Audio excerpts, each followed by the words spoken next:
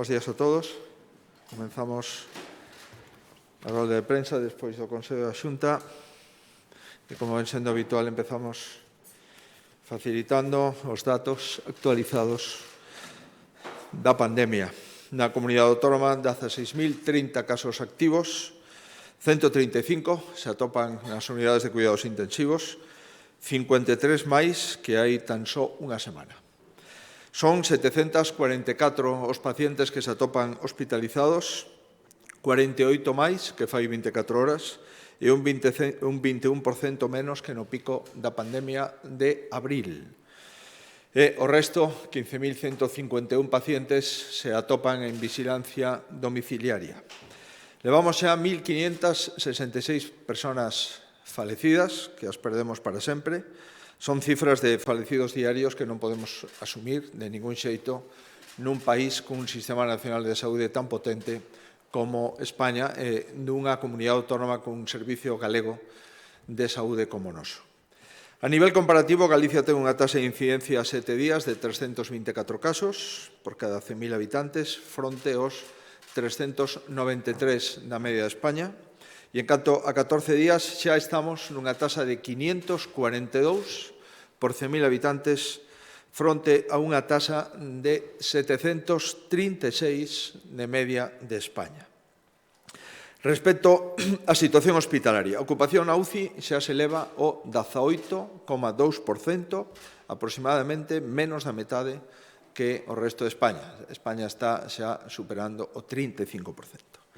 En hospitalización convencional estamos aproximadamente no 10% de ocupación do total de camas e seguimos ser unha das 3 comunidades autónomas con menor presión hospitalaria.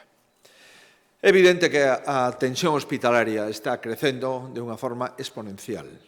É evidente que todos os datos son datos malos, sin ningún tipo de condición e sin ningún tipo de matiz. Son datos malos, tanto de número de novos contagiados como, sobre todo, de presión hospitalaria, tanto en hospitalización convencional e o máis preocupante, nas unidades de cuidados intensivos. As medidas restrictivas que puxemos en marcha, é certo que aínda non pasaron os días as horas necesarias para que produceran efectos. Eso é certo, pero certo é verdad é que son medidas que probablemente teñamos que incrementar. Comprendemos que as novas restriccións son molestas, son incómodas, as coñecemos ben, as aplicamos no mes de novembro do pasado ano, pero vamos a proseguir. A nosa prioridade non cambiou. A nosa prioridade é salvar o maior número de vidas humanas posible. Todos os esforzos que pedimos aos galegos, todas as incomodidades que estamos sufrindo o conxunto dos cidadáns de Galicia, e a apelación continua a ser responsables e a cumplilas non teñen máis obxectivo que salvar vidas. Non temos ningún interese en incomodar a ninguén. O que sí temos interese en que haxa menos respiradores, menos persoas entubadas, menos xente que ingresa nos hospitais, menos frecuentación en urxencias para patoloxía COVID. En definitiva, nós temos o obxectivo fundamental de salvar vidas, de disminuir a presión hospitalaria e de doblegar unha ola que, evidentemente, como decíamos, xa é moi superior á segunda ola e seguirá sendo moi superior a esa ola de novembro e seguro, lamentablemente teño que dicilo, esa é a miña opinión, vai a ser superior en número de hospitalización e en número de UCI á primeira ola. Reitero que estamos falando de vidas, que poden ser as nosas, as de calquera persona que estamos aquí nesta sala de prensa, que poden ser as dos nosos pais, que poden ser os nosos familiares, e, por suposto, que xa son, nos casos de que tivemos a sorte de que non tocara a familia, xa son as vidas dos nosos amigos. Os expertos dignos que co inicio da vacinación, especialmente os colectivos máis vulnerables, vai a baixar a mortalidade. E, efectivamente, Galicia está dentro das comunidades autónomas con menor mortalidade. Pero tamén se acredita día a día que o número de vacinas non é suficiente de ningún xeito, nin vai a ser suficiente durante meses. Por tanto, non vamos a ter vacinas suficientes nin no mes de febreiro, nin no mes de marzo, nin no mes de abril, nin no mes de maio, e toda a capacidade instalada de 100.000 vacinas diarias que poderíamos dispensar no Servicio Galego de Saúde, lamentablemente non a vamos a activar porque non temos vacinas de ningún xeito, 100.000 diarias, nin sinquera 100.000 o mes, e de momento nin siquera 100.000 en varias semanas superiores a un mes. Por tanto, sigo insistindo, estamos necesitados de facer un esforzo. A inmensa maioría dos ciudadanos o fan, pero tamén sabemos, porque o vemos, que hai algúns ciudadanos que non o fan. E quero anticiparlles que non vamos a dubidar en seguir intensificando as medidas en función da situación epidemiolóxica. A situación epidemiolóxica está empeorando e as medidas da Xunta de Galicia seguirán sendo cada vez máis restrictivas. Non vamos a tomar medidas improvisadas, nin vamos a frivolizar sobre as mesmas, nin vamos a ir con receitas máxicas nin fáciles, senón que vamos a seguir o criterio do Comité Clínico e a axeitar as nosas medidas a esos criterios. Por tanto, anticipo, non é descartable que nos próximos días teñamos que intensificar medidas. O fixemos en Arteixo, o fixemos en Viveiro, o fixemos en Xinzo, e, por tanto, non é descartable en ningún caso que teñamos que ampliálas a boa parte da comunidade autónoma. Estamos a facer un seguimento diario da evolución da pandemia e dos resultados das medidas postas en marcha. Vamos a volver a reunir, por suposto, o subcomité e vamos a reunir o comité nos primeiros días da próxima semana, como ven sendo habitual, e, reitero, non descartamos que haxa novas medidas que sexan supervisadas polos expertos e que respondan á situación epidemiolóxica de cada cidade e de cada municipio na comunidade. Non lles oculto que unha das cuestións nas que máis incidiu o comité foi na necesidade de adiantar o toque de queda.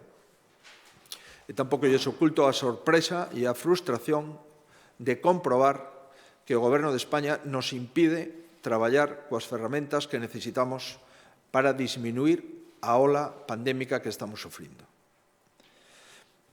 Non sei como cualificar o feito de que, despois de que a inmensa maioría das comunidades autónomas solicitásemos formalmente autorización para ampliar o toque de queda, o Ministerio de Sanidade nos impida traballar nesta pandemia con unha ferramenta esencial como é ampliar o toque de queda nos nosos municipios, nas nosas áreas de saúde e no ámbito territorial autonómico.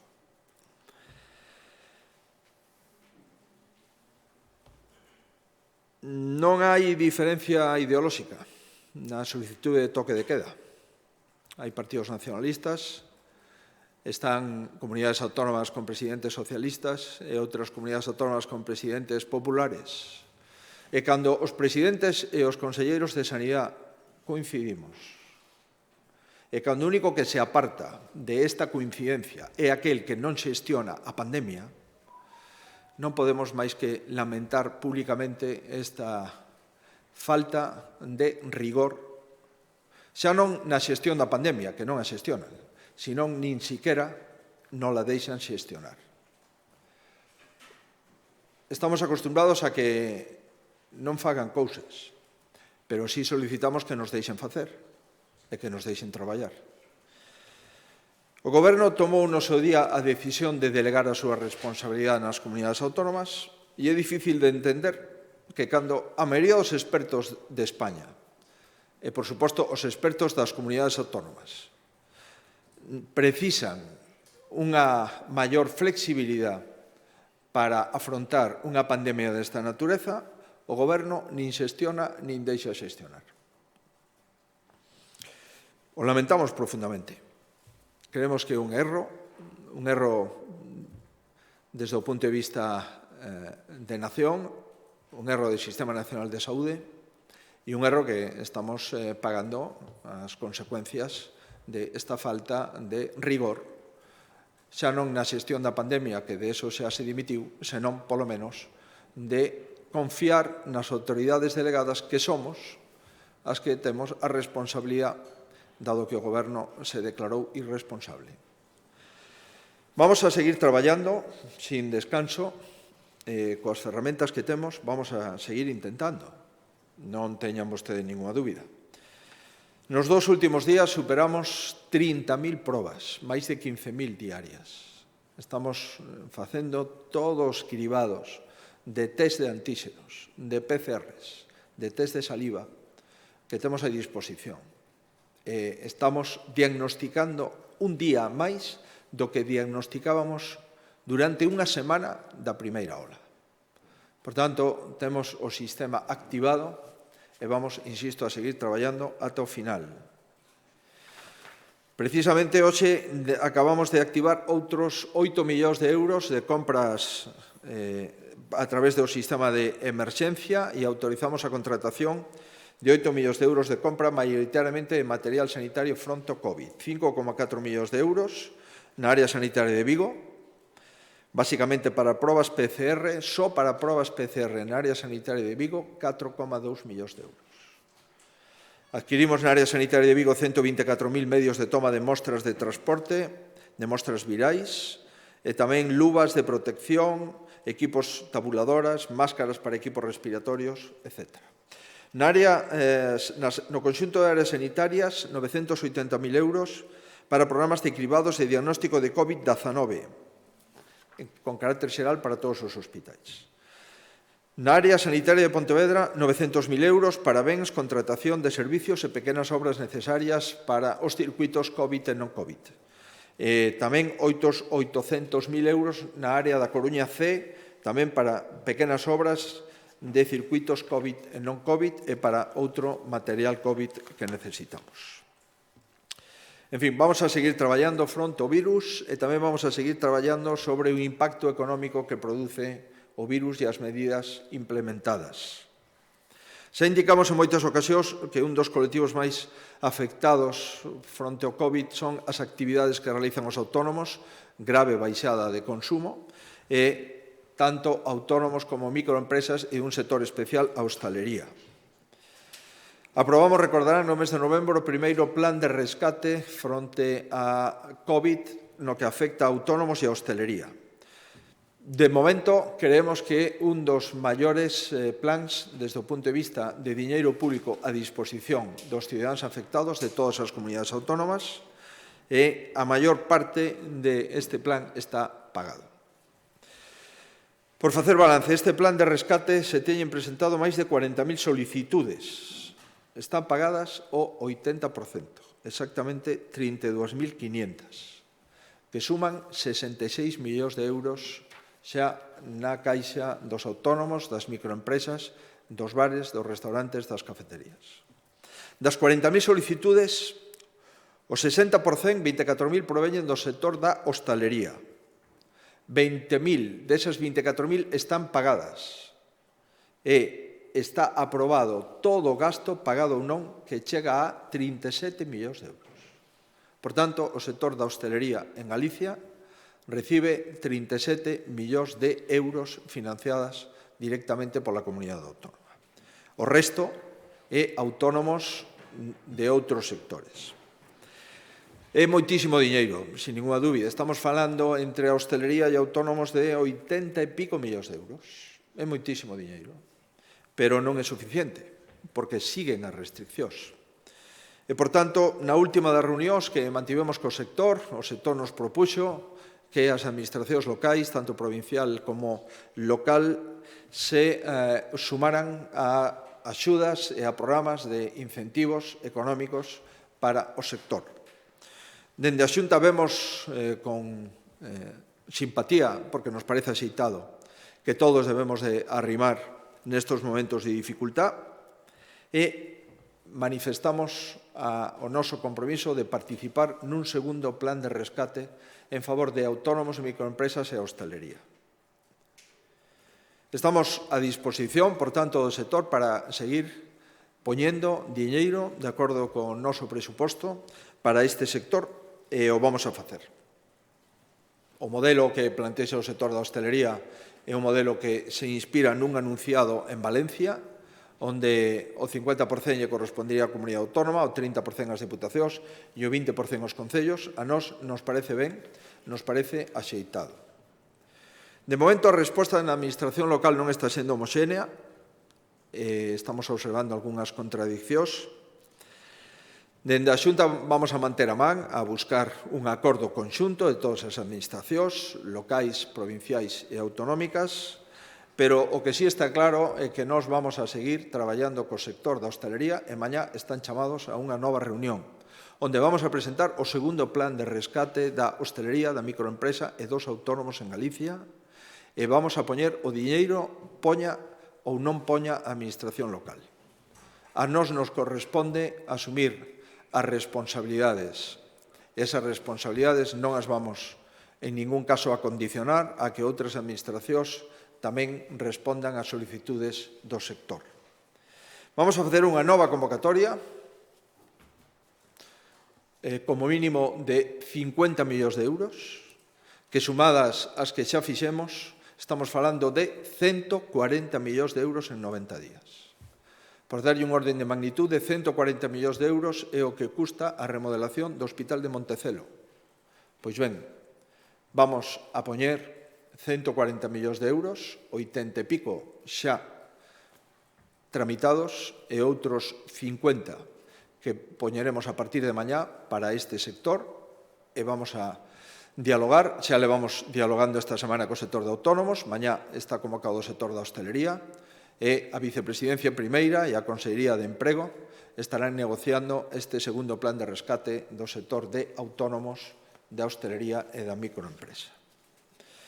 Por darlles un orden de magnitude, insisto, levamos xa pagados 66 millóns de euros, 37 para o sector da hostelería e, por darlles ordenes de magnitude, o 31% dos hostaleiros percibiron entre 2.700 e 3.500 euros por establecemento.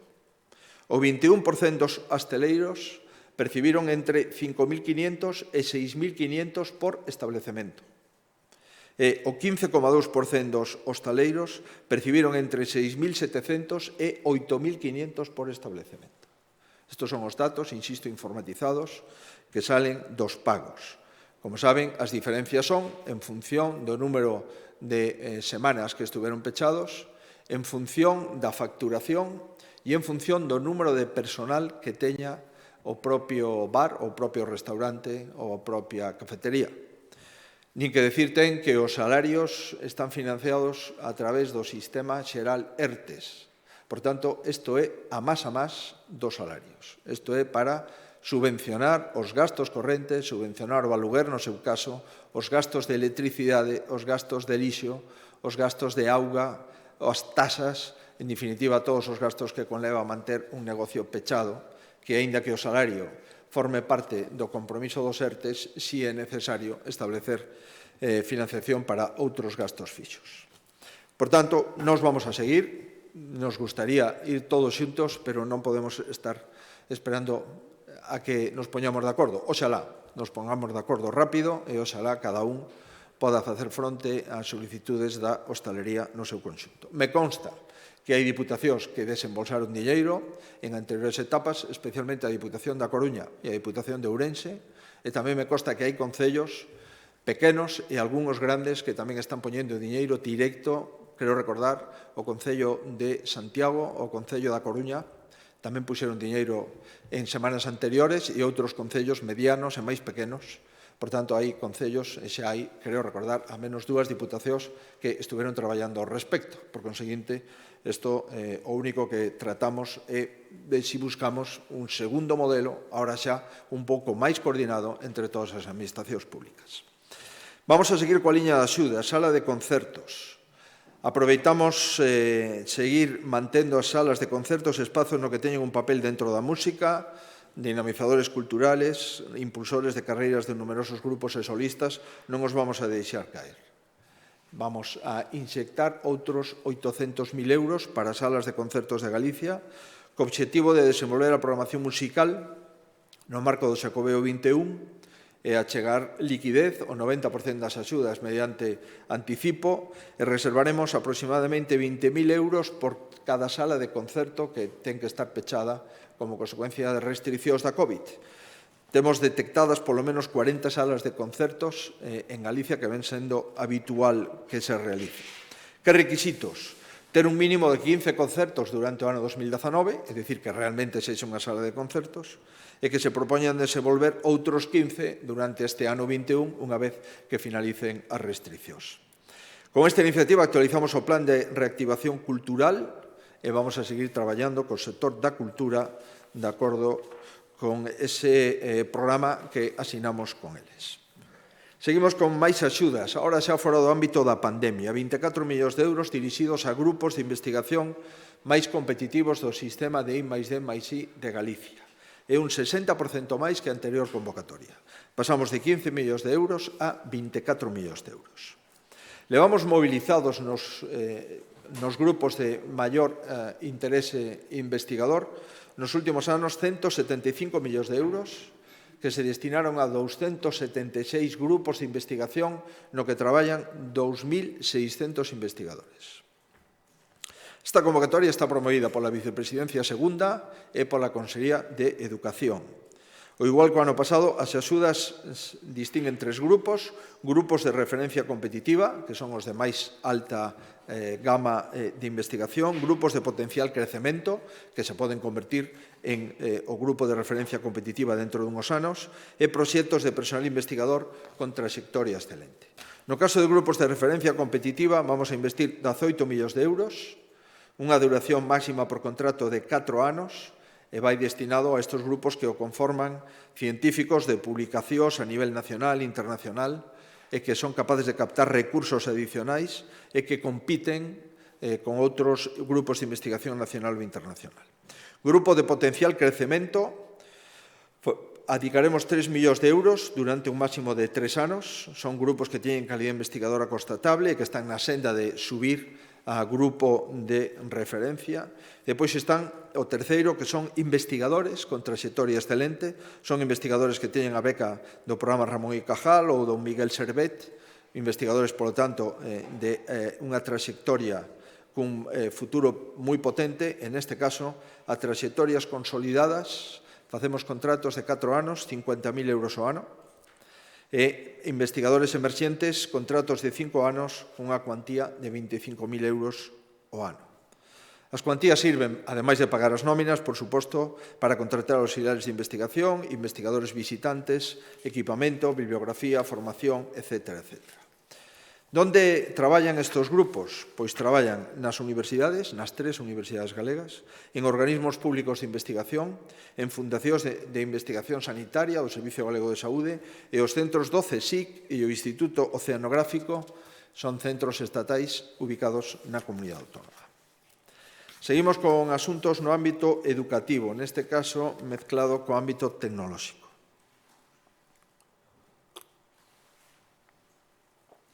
O programa EDISCAL, como saben, consiste en aulas con capacidade digital instalada, onde os alumnos teñen un ordenador portátil e os contidos dos libros son contidos digitais a través de ese ordenador portátil. Estamos traballando neste momento e xa está consolidado 5 cursos, entre quinto de primaria e segundo de ESO, 4 cursos. Hai 34.000 alumnos destes niveis educativos estudan con libro digital e ordenador portátil.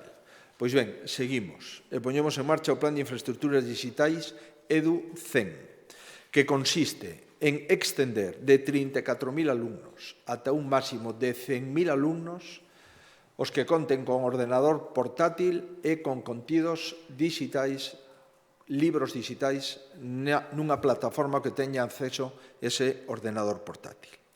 Por tanto, empezamos, como xa estábamos en quinto de primaria, chegamos a segundo de ESO, e con estos ordenadores vamos a chegar aos alumnos de terceiro e de cuarto de ESO.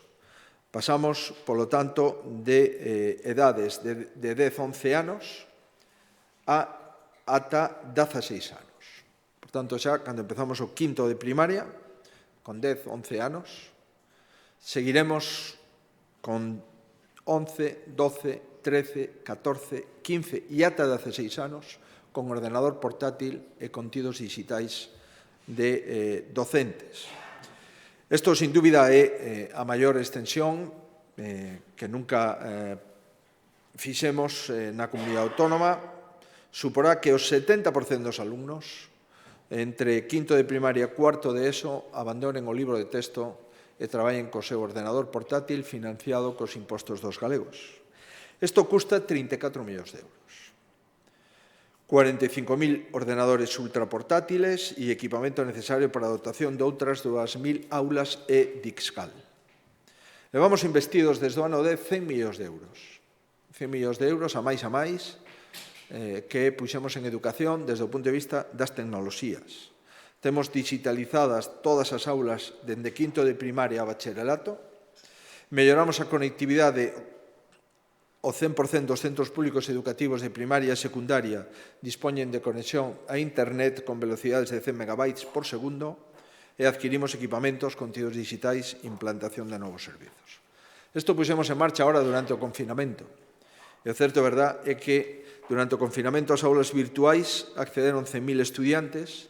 Nos sistemas de videoconferencia se realizaban 4.000 videoconferencias diarias. A aplicación Avalar a empregaron 93.000 usuarios e a plataforma EVA, que rexistra diariamente un acceso medio de 3.100 profesores e 29.300 estudantes. Son a plataforma onde se conteñen os contidos, perdón pola redundancia, digital dos libros da carga docente. Pois ben, hoxe vamos a mercar para conquerir portátiles e contidos digitais a 100.000 alumnos en Galicia. Insisto, desde quinto de primaria a cuarto de ESO incluído. Seguimos nos ámbitos tecnolóxicos, neste caso de tramitación electrónica da Xunta de Galicia. Licitamos un contrato que ten como obxectivo evolucionar a implantación de plataformas e sistemas chave de administración digital e novos procedementos e servicios dentro de esta plataforma. O alcance do proxecto son sistemas de notificacións electrónicas, arquivo administrativo electrónico, plataforma corporativa de tramitación. E por darlles un dato, só referido ao último ano, ano 20, que foi un ano de menor intensidade, probablemente como consecuencia da pandemia. Pero, a pesar diso, desde o punto de vista deste portal operativo, desta plataforma digital da Xunta, estes son os datos. A plataforma corporativa de sinatura electrónica permitiu a rúbrica digital de máis de 5.200.000 documentos. No eido xudicial permitiu a firma electrónica de 2,2 millóns de documentos. No ano 20 se emitiron 890.559 notificacións electrónicas. E o arquivo electrónico administrativo único rexistrou no ano 20 16 millóns de documentos electrónicos.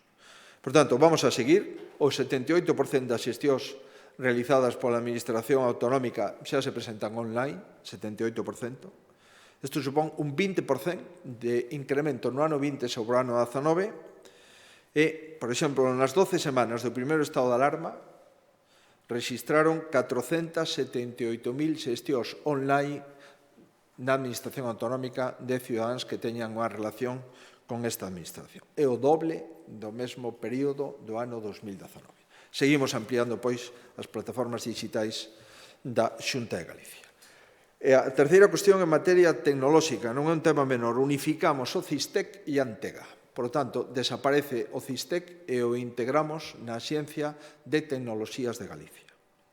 Como saben, o CISTEC era un centro informático para a xestión tributaria, económica e financeira e contable que agora se ven a subsumir, se ven a fusionar coa Antega, que é a Axencia Tecnolóxica da Comunidade Autónoma. Por tanto, a Antega xa é o único organismo tecnolóxico da comunidade, vai a levar tamén a tecnoloxía tributaria e a xestión de datos e tecnoloxía financeira e presupostaria. Por tanto, dotamos a Antega con máis recursos, con máis competencias e tamén seguimos coa senda de intentar fusionar, sempre que sexa posible, organismos públicos. Outros asuntos. Na páxina económica No ano 21, o Goberno destinará preto de 21 millóns de euros para proseguir coa internacionalización da nosa economía. Hoxe, concretamente, sacamos a licitación un programa de 6 millóns de euros da Galicia Exporta Digital para acompañar as empresas que exportan na comunidade autónoma. Facemos unha convocatoria de ata 6 millóns de euros. As axudas cubrirán un máximo do 80% dos gastos de investimento que necesiten as empresas para manter unha estructura e un departamento de exportación. A este programa de 6 millóns de euros se unen outros programas para totalizar os 23 que refería, que son programas de Galicia Exporta Empresas e Galicia Exporta Organismos Intermedios, 7,5 millóns de euros, o plan FOEXGA, 2,3 millóns de euros, que son os plans que facemos conxuntamente coas cámaras de comercio para acompañar as empresas a saídas no exterior. Outro programa de servicios de apoio a empresas con intereses en outros países. Temos unha antena do IGAPE, unha delegación en Lima, en Ciudad de México, Miami, Casablanca, Shanghái, e agora vamos a abrir unha en Tel Aviv e, como saben, outra en Londres, como consecuencia do Brexit. Tamén temos outro programa de axudas para incorporar a xestores en comercio internacional, 75 contratos que financiamos ás empresas que queiran contratar a unha persona que leve ou que amplíe o Departamento de Exportación, e programas de bolseiros, titulados universitarios ou en formación profesional para formar a 50 novos titulados en materia de exportación e especializar. E, ademais, a oficina Brexit, que xa dimos conta no Consello anterior. A balanza comercial, de exportación de Galicia está resistindo claramente fronte ao resto de España. O impacto da exportación de PSA, Peugeot, Citroën, Opel está sendo moi salientable na nosa balanza de exportacións. Inditex volve a recuperar tamén as exportacións. A poucos días de coñecer o balance das exportacións dos últimos 12 meses, os datos que xa temos adiantados, non definitivos, acredita que Galicia se mantén en exportacións cunha lixeira baixada e que España ten unha caída bastante importante nas súas exportacións, cousa que Galicia está intentando e, de momento, logrando salvar. Máis axudas no eido forestal, 8 millóns de euros para repoblar con coníferas e frondosas. Vamos a seguir fomentando a forestación a través de coníferas e frondosas para aumentar a diversidade dos bosques galegos, para aumentar a superficie arborada e para reducir o risco de incendios. Coníferas, claramente o piñeiro silvestre e o teixo, e en frondosas as coñecidas, o castiñeiro, as obreiras, o carballo, o ameneiro, etc. Vamos a apostar únicamente pola plantación de coníferas e frondosas, por tanto non vamos a financiar de ningún xeito a plantación de eucaliptos. Na orden se contempla a posibilidade incluso de que os propietarios forestais que teñen superficies con brotes eucaliptais de diámetros iguales ou inferiores a 10 centímetros poidan cortar esos eucaliptos e acollerse ás axudas para plantar conífera, basicamente pino e frondosas. Necesitamos máis pinos en Galicia. É unha solicitude formal acreditada co inventario e acreditada coas necesidades da industria. Empezamos a ter poucos pinos na comunidade autónoma e necesitamos plantar máis coníferas e, por suposto, máis frondosas.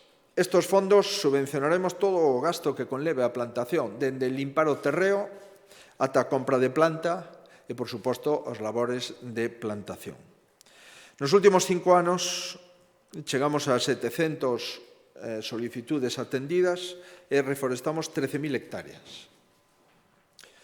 O orzamento que investimos foron 34 millóns de euros. Este ano vamos a investir outros 8 millóns de euros para plantar coníferas e frondosas na comunidade autónoma. Balance da Axenda 2030 Galicia. É unha axenda que, como vostedes saben, é unha axenda da Organización Nacional de Nacións Unidas. Se presentan 17 obxectivos, abrangue unha década. Hoxe analizamos o primeiro informe dos 2018-2020, vamos a remitir ao Parlamento e me gustaría darlles algúns datos que creo que poden ser de interés. Erradicación da pobreza. Seguimos, a pesar destas crises, baixando a pobreza, estamos no 24,3, por debaixo un punto da media de España. Reducción de desigualdades. Tamén Galicia está reducindo a población en risco de pobreza, estamos no 20%, e na media de España está preto do 21%. No caso do programa Obxectivo Fame Cero, que tamén inclui a malnutrición. Galicia ten un problema, evidentemente, entre menores de 2 a 17 anos, entre 2 e 17 anos, sobrepeso, 33,8% da población, España, 42% da población. Ten un problema asistencial e sanitario, sin dúbida, aunque non lle damos a importancia que merece. En canto a igualdade no agro, máis da mitad das explotacións gandeiras en Galicia están a mans de mulleres, o 55%. A media de España está no 32%. Programa da Xenda Auga e Saneamento. A 80% da población galega está conectada a redes de abastecemento e saneamento. Programa Industria e Innovación. Incrementamos un 13% no número de investigadores a tempo completo e un 17% o gasto interno de I+D+I.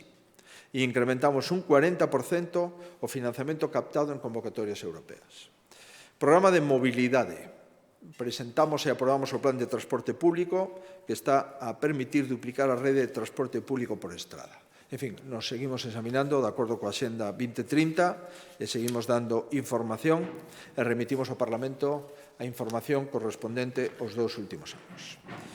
Política social. Vamos a seguir inspeccionando todas as políticas sociais, xa sexa en centros públicos, en centros concertados na comunidade autónoma. A residencia aos maiores de forma especial pola situación pandémica e porque, ademais, é un colectivo especialmente vulnerable, igual que as residencias de discapacidade. Hoxe aprobamos o Plan de Inspección dos Servizos Sociais para o ano 21. E facemos un pequeno balance do que fixemos o pasado ano. Por darlle o dato do pasado ano, realizamos 1.312 inspeccións nos centros de servizos sociais. E no ámbito da residencia revisamos 327, un 51% máis do obxectivo do referido Plan 2020. Por o ano 21 vamos a pasar de 1.132 inspeccións a 1.543, o que supón un 36% máis do pasado ano. As principais novedades: vamos a facer cursos de capacitación para novos inspectores, incorporarán as inspeccións conxuntas sanitarias e servizos sociais, por tanto, inspeccionaremos cos inspectores de sanidade, e mañá mesmo publicaremos no DOGA un formato para facilitar a presentación de queixas e reclamacións sobre calquer tipo de centro social, para que sexa fácil, para que non haxa que inventar o protocolo, para que se poda concretar cal é o formato máis axeitado para tramitar electrónicamente unha queixa. Mañá no DOGA aparece ese formato para xerar coñecemento. En definitiva, vamos a seguir incentivando as inspeccións, hai que seguir inspeccionando, a maioría dos centros está cumplindo con rigor, hai casos moi ruidosos que merecen todo o noso rexeitamento. Do que se trata é de comprobar que as cousas se fan con rigor e, por suposto, evitar algún caso onde non se fai. 1.544 inspeccións, un 36% máis que o pasado ano. Vamos a seguir co Teu Xacobeo. Acabamos de outorgar a segunda edición do Teu Xacobeo, onde financiamos 220 propostas por 3,3 millóns de euros. Esta é a segunda edición.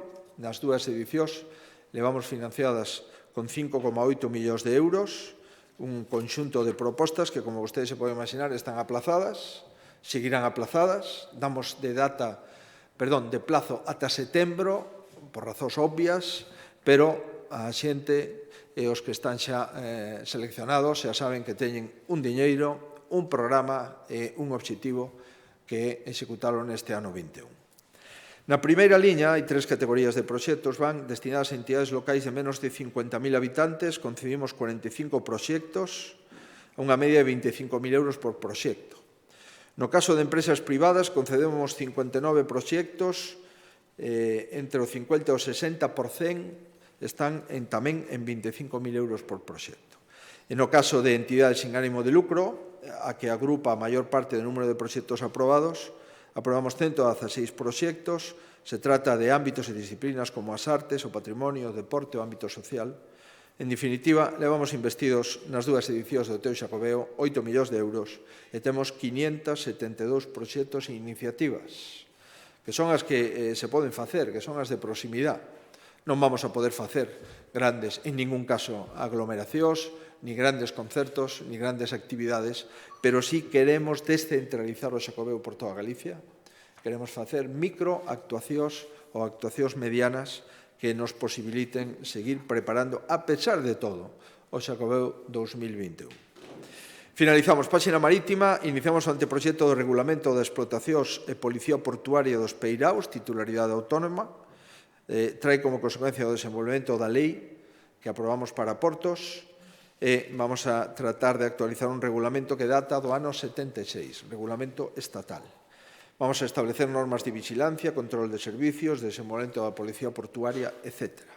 E, por último, aprobamos o traspaso de estradas. Unha vez que se poñen de acordo as diputacións e os concellos, aprobamos o traspaso de unha estrada autonómica, neste caso autonómica, en beneficio do Concello de Guitiriz. Son tan só 210 metros cuadrados de unha estrada que se converte en rúa. E tamén, entre o Concello e a Diputación de Lugo, Concello de Lugo e Diputación se poñen de acordo en transferir 2 tramos de 2 estradas, habendo acordo, o decreto o aproba, e aprobamos unha bandeira, a bandeira do Concello de Vila Maior. Por decreto, de acordo coa heráldica da comunidade autónoma, de un pano verde e unha banda amarela, con 3 crucetas vermellas e patadas e acompañada de 6 anéis amarelos. Levamos 244 escudos aprobados e 115 bandeiras dos respectivos concellos de Galicia. Por tanto, seguimos con ese obxectivo de estudar na Comisión de Heráldica e facilitar símbolos que teñan unha xustificación heráldica histórica en cada un dos concellos que así o plantexan. Mais nada, moitísimas gracias. Ata aquí a rolda do Consello, se hai preguntas a disposición. Hola, buenos días, presidente. Tengo varias cuestiones en relación al toque de queda. Ha comentado que le parece un error del Gobierno central no aceptar esa petición de cambios en el toque de queda. Fueron la mayoría de las comunidades autónomas las que lo pidieron, algunas se opuso. En relación a esto, hay algunas comunidades que, a pesar de esa negativa, piden a sus ciudadanos que no salgan de casa a partir de las 8 de la tarde. ¿Se haría usted una petición similar a esta? Luego, en relación a las nuevas restricciones que se pudieran poner, ¿se plantea aumentar en un plazo breve de tiempo la lista de localidades que pasan a ser modelo Carbañiño, como por ejemplo Arteixo, Viveiro y Xinzo? Y por último, en relación a las vacunas, ¿se están aprovechando los viales gracias a una jeringuilla específica que es capaz de absorber más cantidad de dosis, hasta 6 y no 5? Entonces, quería saber si Galicia está utilizando estas jeringuillas. Gracias. Muy bien. Verá usted, cuando un presidente autonómico y un consejero de Sanidad de esa comunidad autónoma, que son los que conocen la situación pandémica en la propia comunidad autónoma, piden mayor capacidad para tomar decisiones, le puedo asegurar que no lo hacen por capricho, ni lo hacen en función de sus colores políticos, ni lo hacen para desgastar al Gobierno central. Lo hacen porque lo necesitan. Que un presidente autonómico lo tenga que decir a sus ciudadanos que no deben de salir de casa a partir de, por ejemplo, las 8 de la tarde, le puedo asegurar que no es un plato de gusto para ningún político. Y, por tanto, cuando pedimos esas herramientas, lo hacemos porque lo necesitamos. No es para desgastar al Gobierno, como usted se puede imaginar. Si podemos entender que se desgasta a alguien, será el Gobierno que lo adopte. Yo ya no le pido al Gobierno que dicte un toque de queda a las 8 de la tarde en España. Le pido que me lo deje hacer. Y yo asumo mis responsabilidades y las consecuencias de esas decisiones. Por tanto, le puedo asegurar que mis colegas y los colegas consejeros de Sanidad de las comunidades autónomas lo hacemos con el ánimo de acertar, con el ánimo de salvar vidas y con el ánimo de proteger el sistema sanitario del que somos responsables. Y, por consiguiente, no podemos entender qué es lo que está pasando, qué es lo que hay detrás para negar lo que se pide. Si estamos en un plano que el Gobierno llama de cogobernanza y la mayoría de las comunidades autónomas que estamos gobernando la pandemia pedimos que se nos dote de una herramienta, ¿cómo es posible que el Gobierno central, que ya no está gestionando esa pandemia, nos impida herramientas para facilitar la gestión? ¿Qué es lo que hay detrás? ¿Hay algún interés? ¿Hay algún interés porque hay alguna otra comunidad autónoma que está en un proceso electoral? ¿Realmente vamos a mezclar la pandemia con procesos electorales en otra comunidad autónoma que beneficien o perjudiquen a un partido? No lo entendemos y por consiguiente mostramos nuestra absoluta estupefacción. No entendemos, primero, que nos haya aprobado el martes pasado en el Consejo de Ministros, que se nos lleve a un comité, a un Consejo Interterritorial de Salud, donde dice que nos han escuchado y hay 13, 14 o 15 comunidades autónomas que lo hemos pedido. ¿Cómo pueden decir que nos han escuchado?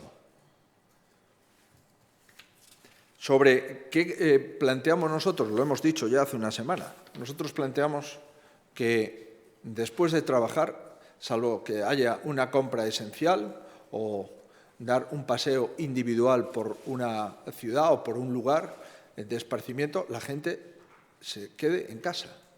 Eso es lo que hemos planteado y lo que vamos a seguir planteando. No tenemos otro planteamiento. Sobre la segunda pregunta. Sí. Bueno, creo que lo he dicho al inicio de la intervención. Nosotros tenemos un protocolo aprobado desde hace muchos meses que venimos aplicando. Un protocolo que tiene muchos ítems, no es solamente la incidencia a 3, 7 o 14. Tiene muchos ítems: ocupación de UCI, ocupación de planta de hospitalización, porcentaje de personas mayores de 65. Tiene una serie de ítems que hemos de manejar en su totalidad. Por tanto, cuando una ciudad o un ayuntamiento pasa de rango de incidencia, automáticamente entra en restricción. Y la intensidad de la restricción lo da una calificación objetiva de sus datos epidemiológicos y de la fórmula compleja del conjunto de datos que la conforman. Si vamos a proseguir aplicando esa fórmula, la respuesta es que sí. Y aquellos municipios, aquellas ciudades que entren en esos datos epidemiológicos automáticamente subirán hasta el riesgo extremo. Y el riesgo extremo en este momento lo tienen 3 ayuntamientos: Arteixo, Xinzo de Limia y Viveiro. Estamos en un riesgo alto, que es el normal, en el que está el 72% de la población, y todavía queda el riesgo extremo, que es en el que están los 3 ayuntamientos referidos. Pero, como digo, tomaremos una decisión en base a la situación epidemiológica en el comité clínico que formemos probablemente el próximo lunes. No le puedo asegurar con exactitud si va a ser el próximo lunes o va a ser el próximo martes, pero lo que sí le puedo asegurar es que vamos a seguir monitorizando los datos y tomando decisiones en consecuencia. Sobre la vacuna y las 6 dosis, el Servicio de Salud lleva muchas semanas utilizando las 6 dosis que es razonable utilizarlas, porque una dosis que podemos conseguir de cada vial es una vida. Y llevamos efectivamente a través de ese sistema de una única jeringa en el vial extrayendo 6 dosis por vial. Lo llevamos haciendo desde hace algunas semanas y, por tanto, lo vamos a seguir haciendo. Es un planteamiento que nuestros microbiólogos y especialistas en enfermedades infecciosas y todas las autoridades de salud pública nos lo han aconsejado y lo venimos haciendo con normalidad. En cada vial en Galicia se extraen 6 dosis de vacuna con carácter general y yo diría con carácter generalísimo.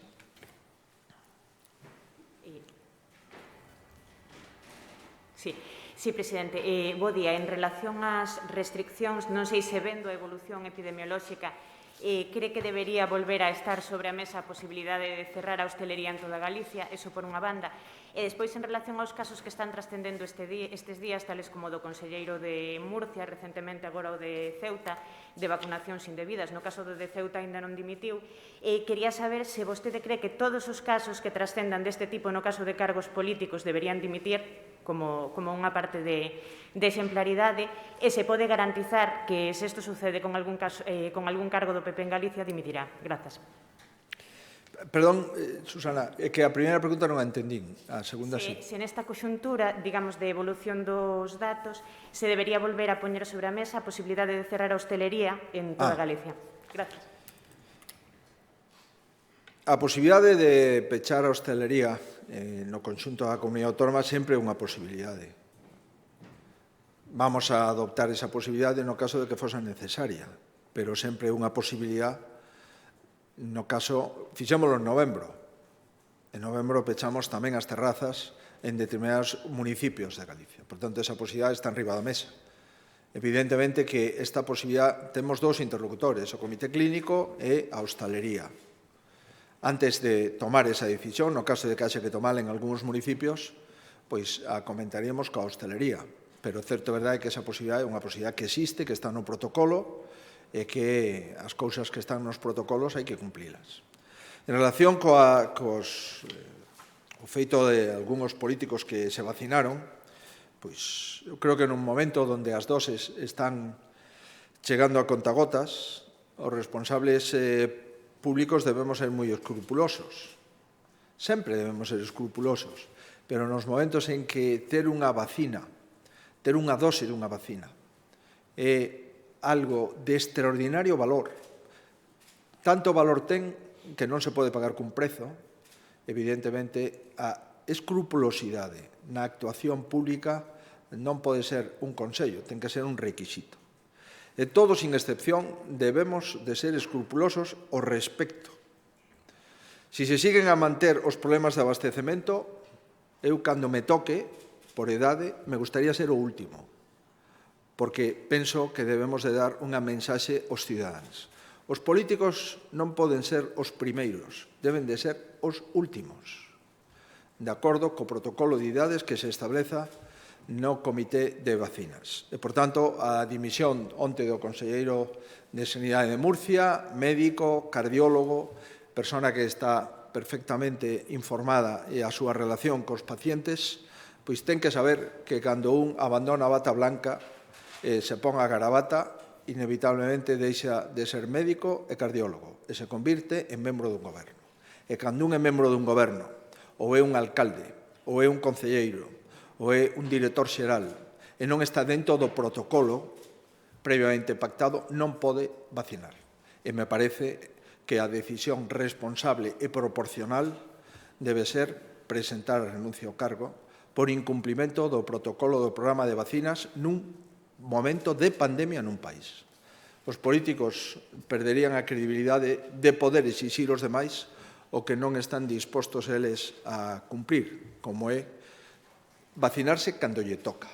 E eu engadiría, e unha vez que lle toque, debería ir de último nese grupo, para que non houbera sospeitas de ningún tipo de favoritismo.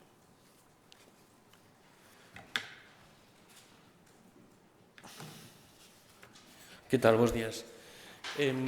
Quería preguntar en relación, porque vexo que agora o toque de queda é unha ferramenta esencial para rematar para loitar contra o COVID. Quería saber o cambio de opinión que estuvo vostede, porque fai menos de 3 meses decía que era alarmista, era demoledor e afundía a reputación. Quería saber se entendo entón que se equivocou realizando esas afirmacións fai 3 meses. E despois tamén se nos podía aclarar que pasou outro día na xuntanza que tuvo con Jácome, porque distribuíron unha fotografía na que se veía vostede sin máscara. Foi un erro, se foi unha xogada ou o que foi? Gracias. Mire, dende esta mesma tribuna me pronunciei sobre o toque de queda. E manteño o dito. Creo que é un erro chamarlle toque de queda e creo que é un erro que España este nun chamado estado de alarma. creo que é un erro utilizar o estado de alarma para xestionar unha pandemia. Por tanto, hai determinados conceptos e determinadas denominacións que producen costes reputacionais. Reitero, non debemos de utilizar denominacións de estado de alarma ou toque de queda para xestionar unha pandemia, senón que debemos de utilizar criterios sanitarios e conceptos sanitarios para utilizar esa pandemia. E o primeiro é ter unha lei para xestionar a pandemia. E, por tanto, non ter agora que depender de unha autoridade política para adoptar un criterio sanitario. Imagínese que para implementar un tratamento necesitemos autorización, un tratamento que está no Vademecum e que é un tratamento aceptado pola comunidade científica farmacolóxica que temos que ter autorización no Ministerio de Sanidade.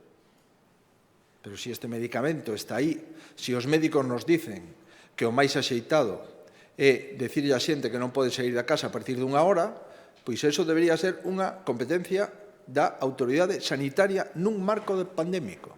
E é o que estamos intentando trasladar. Por tanto, nin me gusta a denominación toque de queda, nin estado de alarma. É a que hai. E, por tanto, non creo que me deban de reprender por utilizar a denominación única que existe.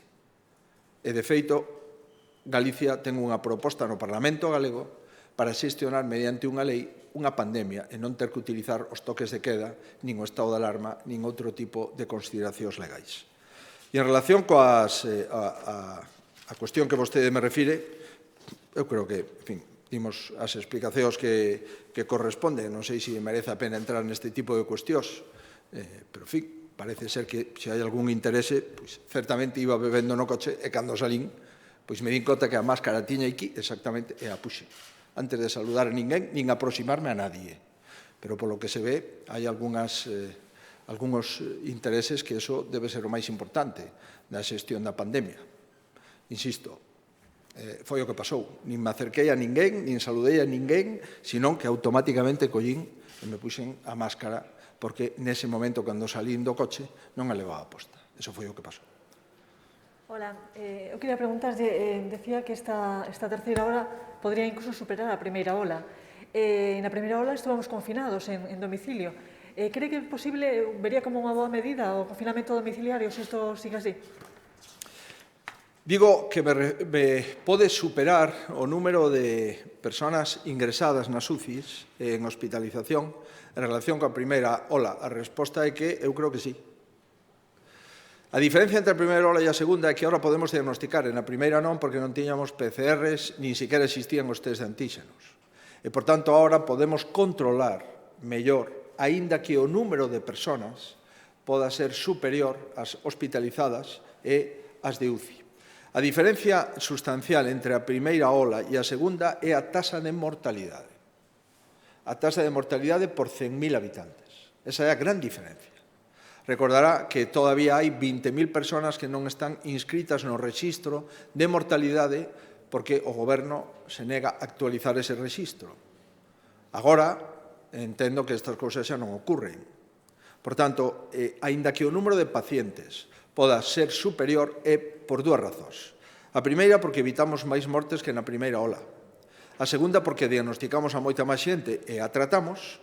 E a terceira, porque ampliamos o número de camas UCI e o número de camas en hospitalización, eu creo que en todos os hospitais de España, e, dende logo, en Galicia, sin dúbida.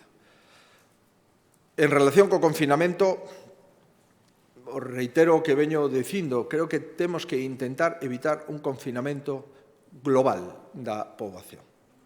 E o confinamento é a última decisión cando xa non queda ni unha outra decisión por tomar. Creo que o debemos de evitar. Por tanto, sigo pensando que o confinamento debe de ser evitado e que se cumplimos as normas que temos, non necesitaremos o confinamento. E, por tanto, confinar a 47 millóns de ciudadanos é unha cuestión de alta decisión política que aí, evidentemente, lle correspondería tomar o Goberno central. Pero a miña opinión é que na actual situación deberíamos evitar o confinamento da poboación. E por eso creemos que hai outras metodoloxías e outras ferramentas menos quirúrxicas, menos traumáticas, que poden evitar ese confinamento da población española. Moi ben, pois muchísimas gracias. Presidente, un momento, temos unha pregunta dende a videoconferencia Domingos de La Voz de Galicia. Sí, non sei se me escoita, espero que sí. Sí. Presidente, quería facerlle dúas cuestións. En primeiro lugar, onte na Comisión Interterritorial xa se suxeriu cal vai a ser o grupo seguinte en prioridade para ser vacinado, non? E é o grupo de maiores de 80 anos. Inicialmente falouse da posibilidade de incluir nese grupo os maiores de 60, agora falase de 80, non sei se eso ten algunha lectura. E, en segundo lugar, quería pedirlle unha valoración sobre o peche da central das Pontes, toda vez que, incluso dentro do propio goberno galego, se pon en dúbida a versión ou os argumentos arguídos pola propia empresa, por Endesa, para justificar ese peche. Gracias. Moi ben. Vamos a ver, en relación coas vacinas, evidentemente o que teníamos era que estar vacinando ás persoas maiores, a partir dos 70 anos deberíamos de ter vacinas suficientes xa para implementar. Como non as temos, pois entón vamos subindo a escala e se non temos para 70, polo menos vacinar os que teñen 80 ou máis anos. Ademais disto, antes están os grandes dependentes. Pero, en fin, este protocolo é un protocolo bastante sinxelo de implementar. O problema que temos é o número de vacinas. Nós temos capacidade para vacinar 100.000 personas diarias. Si tuviéramos 100.000 dosis diarias, poderíamos vacinar a 700.000 galegos a semana, collendo sábados e domingos. Esta é a cuestión. Como non as temos, pois temos que buscar como podemos, de algún xeito, facer este tipo de plantexamentos. Sobre as Pontes, nos pronunciamos. Aquí hai unha mistura de unha transición enerxética inxusta e desordenada que plantexa o Goberno Central e unha reacción de unha empresa que fixo investimentos por 200 millóns de euros para seguir traballando, que o Goberno non quere disminuir os custes das emisións de CO2 e que automáticamente a empresa se planta e dice que pecha a factoría. E estas son as dúas cuestións que coinciden. E quen paga as consecuencias? Os traballadores, a comarca, a capacidade enerxética instalada e, na nosa opinión, un plan enerxético que non compartimos, porque España se quedará sin un gran batería, a batería máis grande do sistema enerxético español, que era a central de ciclo combinado das Pontes. Tiñamos un grupo de traballo onde se estaba observando a eficacia de lodos para sustituir en parte o carbón. E antes de que finalizase o grupo de traballo e coñecésemos o alcance contido das conclusións dese grupo de traballo, a empresa notifica unilateralmente o peche da central.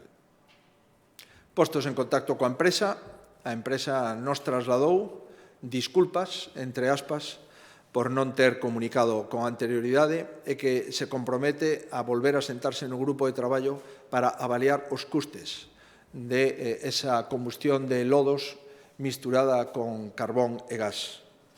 Nos lamentamos profundamente a situación, estamos fondamente preocupados e nos dá a sensación que ou ben o Goberno flexibiliza esa transición para convertila en unha transición xusta e non inxusta, en unha transición ordenada e non desordenada, e a empresa clarifica as súas contas e os seus números e buscamos unha solución, ou senón, todo parece indicar que esta central, por decisión de Endesa, xustificada en decisións de política enerxética do Goberno, pode ser desactivada nos próximos meses.